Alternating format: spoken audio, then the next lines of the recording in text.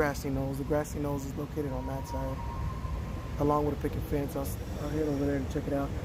But we are here right by the book suppository and the grassy knolls, where the first and second shot for Mr. John F. Kennedy when he rode through Dallas, Texas. It's crazy out here. Well, the thing I didn't understand, like, the saddest part is when I look at the timeline. I was looking at the timeline online. He pretty much started the motorcade about 11:50. Went through Dallas, shaking hands, crowds of people. From the timeline from 11, it was so quick. He was in and out. They didn't want to leave his body here. They didn't want to leave it in Dallas. They wanted to take him out. You know, his wife, a decision from his wife, which is good because I'm pretty sure anybody going through something like that, they're not going to want to leave their loved one out here and spouse. I did take the pictures of the locations of the first shot and the second shot, and it's in the middle of the road, but I came extra early to make sure I could get the right spot. But even me taking those pictures, you know, people actually slowed down. They took consideration of what I was doing. They know exactly what's going on around here. They know, you know, we come out here as Americans to come take a look at a piece of history in Dallas.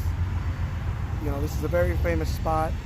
I came extra early for this reason, so I can actually sit down here and relax and, you know, not actually be bothered or anybody be, you know, all up in the spot. But I'm pretty sure this place is extremely flooded and packed throughout every weekend. And I think it's good. I think, you know, everybody should know, the youth should know, you know, what's going on out here and where it happened and what happened. So yeah, Mr. JFK was here in Dallas, Texas, and you know, this is pretty much was his last touchdown spot. You know, right before Thanksgiving, right before Thanksgiving, it was going down. And you know, it's still a lot of remembrance. I mean, a lot of us, you know, younger adults, you know, we listen to it, we hear about it in our schooling, but you know, we still feel for it. You know, we still have love for Mr. Kennedy and the sad things that, you know, happen out here in Dallas, Texas.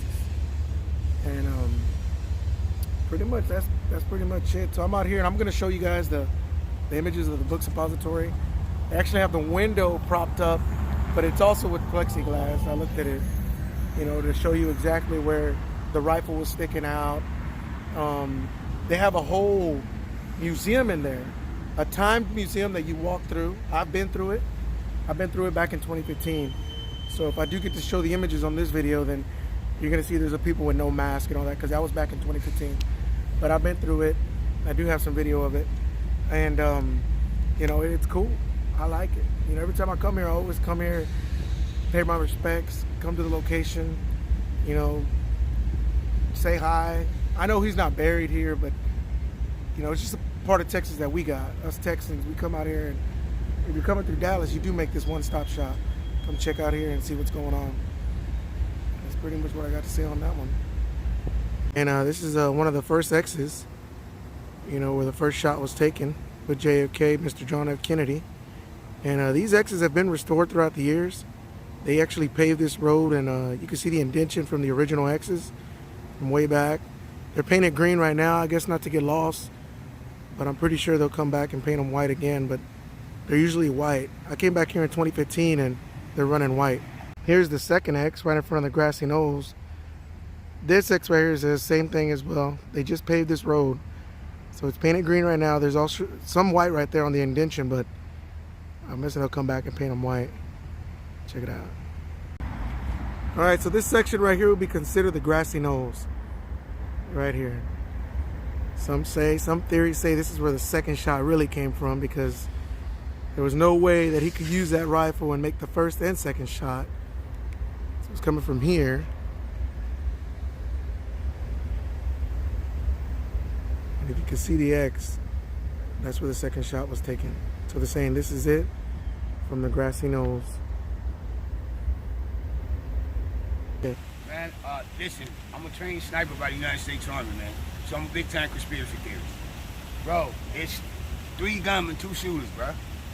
LBJ mastermind the entire assassination, bro. Look right here. Motorcade, the symbol, right here between the courthouse and the jailhouse, dude. Okay? the initial route of the motorcade was supposed to have been straight up Maine. But at approximately 11:57, 35 minutes before the first shot went out, Johnson's supposed to have a bad vibe, so he rerouted the motorcade. So instead of going straight up Maine, they took a right on the Houston, then a left on Elm. By me being a sniper, I know about trajectorizing, okay? Now, this is the actual window right here. The second window from the top. They never closed it. That window's been open 57 years like that, okay? They got a piece of plexiglass across, okay? Now, for some clarity, both sides of this is the grassy knoll, okay? Man, I'm gonna tell you, anybody that's did any hunting know that it's easier to hit a moving target moving towards it because it enlarges. So you got to ask yourself hypothetically, why didn't Oswald fire a shot when the motorcade was traveling towards the book depository? It's simple. He wasn't supposed to shoot President Kennedy. He was a decoy for the grassy knoll shooter, bro. But he said himself on November the 24th, during his press conference, the day that Jack Ruby killed him, that he shot President Kennedy because he didn't like him. Okay? Okay, young man. Come right here. See this green X right here? Yes, sir. That's the first shot to hit President Kennedy, but that's not the first shot. Come here. The bike is fine. Nobody go bother. Zero tolerance.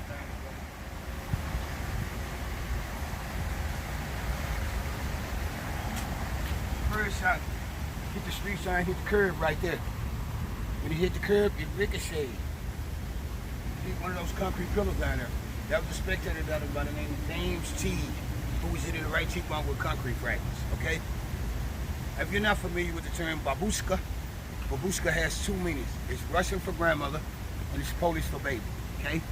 You had a lady called the babushka lady. Her name is Beverly Oliver. Her and Abraham Zapruder, who made the Zapruder films, had the same kind of camcorder, which was the very first color camcorders ever made. 8mm made by Bell and Howard in 1962, okay? Now, Miss Oliver got a picture of a gentleman on those stairs over there that when the motorcade turned off of Houston on the Elm, he lit his umbrella 3 times. A lot of people thought that was a signal. He was actually CIA, which that was his second gunman, and his umbrella camouflaged his rifle like they used to do in Russia. That's why you had 2 gunmen. You had 3 gunmen, but only 2 shooters, because he never got a chance to get a shot off, okay? Senator Arlen Specter, the senator of Pennsylvania, who sat on the Warren Commission, come up with a theory for that X right there called the magic bullet, okay? And for some clarity, young man, President Kennedy was never, ever shot in the throat, man. He was shot in the right shoulder and it exited out of his throat. Also here in Texas, Governor John Connally, okay? Now, that's the infamous grassy knoll. That's the original fence. Now, this red tower, red building with the red roof on it, the security guard, that was the switching tower for the Santa Fe Railroad, okay? And the security guard in the tower, his name was Lee Bauer. Lee Bauer was the first one to hear the loud boom, seen a big cloud of smoke from behind the knoll. And when the smoke disappeared, he identified the gunman as the Baz man. This is actually who killed President Kennedy right here, man. A Dallas police officer by the name of J.D. Tippett, who was killed 45 minutes later by Lee Harvey Oswald, who was killed 2 days later by Jack Ruby, okay? And these guys were eliminated for the simple fact, loose lips ain't ship, dead man tells no tales, okay? That train right there, dude, it was deactivated in September '63. But even though it was deactivated, the day President Kennedy was killed, they had 3 boxcars back there. And each one of these boxcars had a hobo. But each one of these hobos was well-groomed with $200 shoes. One of those hobos was a trained assassin by the CIA, but he became hitman by the mob. His name was Charles Boyes Harris. Mr. Johnson, thank you for the historic information. Yeah. You know, but Mr. Johnson, how long you been doing this? How long you been out here? Man, I've been studying this assassination for 32 years, but I've been a tour guide at it for 24. That's what's up. How you like it? Man, I love it, man. I love it. Wouldn't change it for the world. Yes, sir. And I just want to say thank you, too, for the service you provided out here in the United States of America. And thank you on that. And also, you were saying something about Jack Ruby? Yeah, Jack Ruby was a gangster. He was a nightclub owner. He had a strip club on Common Street called Club Carousel. And Club Carousel was approximately, let's say, 5 or 6 blocks from where Jack Ruby killed Oswald, which was the parking garage of the city jail. He was on his way to be transferred to the county jail. And where did he serve his jail time in? Good question, man. He never made it to prison, dude. They prolonged his stay until he expired. He stayed in the Dallas County Jail, transferred from the Dallas County Jail back and forth to Parkland Hospital from December of 63 to January of 66 till he died in January of 66 from Bay Grady County. That's crazy, that's crazy. And where was he held up in Dallas? In the Dallas County Jail. Is that it right there? That's the Dallas County Jail. That was the Dallas County Jail. And how long was he in there? 3 years. 3 years. Again, from December of 63 to January of 66. That's crazy. You got anything to say to them boys in Houston, Texas? Hey, man, I'm looking forward to coming down there and find one of y'all to take me over Nassau, man. Oh, you want to go to Nassau? You want to go check out what they got going on over there? Man. I most definitely do, dude. You want to give a shout out to your hometown, Dallas, Texas? Well, my hometown is Panama City, Florida. Okay, Florida. Yeah, but What you got to say to them boys in Florida then? hey, man, hurricane season is approaching, man. Y'all stay prayed up, man. Prayed up. You on your way over there to Florida, or what you gonna do? Oh, man, I love Dallas, Texas too much, man. Why you love Dallas, Texas? Man, because Texas is what it do, man. It's where it's at, huh? Texas is what it do, man. Home opportunity or what? Home opportunity. Come on. All right, boss. You be careful. Have a good day and stay safe, okay? Right on, All bro. right. All right, so Mr. Johnson got finished telling me, if you go to your phone on Google and type in Dealey Plaza Earth Cam, you can get access through that camera that's in that box.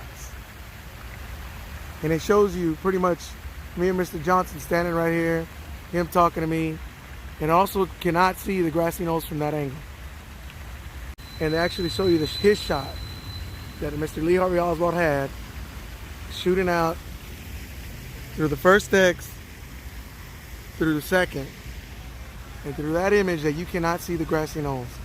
So there's an actual camera right in here, in this box, looking down at us. It's crazy.